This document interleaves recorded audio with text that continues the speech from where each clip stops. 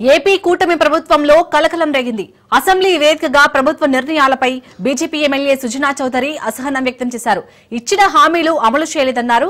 అధికారంలోకి వచ్చి 15 నెలలు దాటినా చాలా హామీలు నెరవేర్చలేదని అసహనం వ్యక్తం చేశారు.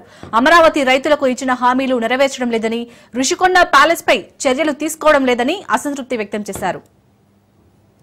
అసెంబ్లీ సెషన్లో అమరావతి రైతుల ఆర్తనాదాలు 5 సంవత్సరాలు నేను స్వయంగా హ్యాండిల్ చేశానది. ఆ తర్వాత మన ప్రభుత్వం వచ్చి ఇప్పుడు 15 నెలలైనా కూడా అమరావతి రైతుల సమస్యలు మాత్రం సాల్వ్ కావట్లేదు. ఆ రోజు స్పీకర్ గారు ఇది మంచి సబ్జెక్టు, దీనికి ఒక 2 గంటల సమయం ఇచ్చి అడ్రస్ చేయాలి అని అన్నారు.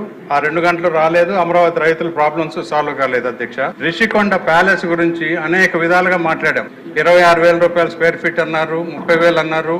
కానీ దాన్ని అసలు రిషికొండని ఎన్వైరన్మెంటల్ గా ఎన్నో తప్పులు చేశారు గత ప్రభుత్వం. దాని మీద నేను స్పీకర్ గారికి విపులంగా, ఎందుకంటే అసెంబ్లీలో టేకప్ చేయట్లేదు, యాక్షన్ తీసుకోవట్లేదు, సమాధానాలు రావట్లేదు కాబట్టి ప్రభుత్వం వచ్చి 15 నెలలైనా కూడా నేను స్పీకర్ గారికి 3 పేజీల ఉత్తరం రాశాను.